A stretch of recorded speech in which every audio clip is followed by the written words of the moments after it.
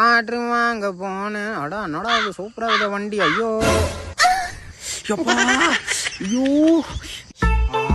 ஏன் மச்சான் தம்பி ஏதோ மேல படிக்க வைக்கிறேன்னு சொன்னீங்க, இதோ அது மேல படிக்கடா. என் தம்பி எல்லாம் காலேஜ்ல சேர்த்துட்டேன் நான்.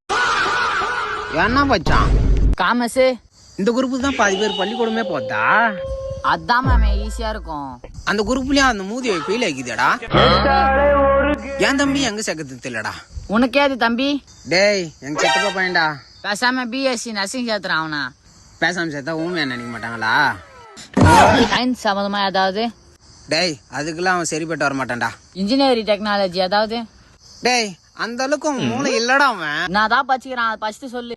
5ஆம் வகுப்பு பச்சிக்கிறான்.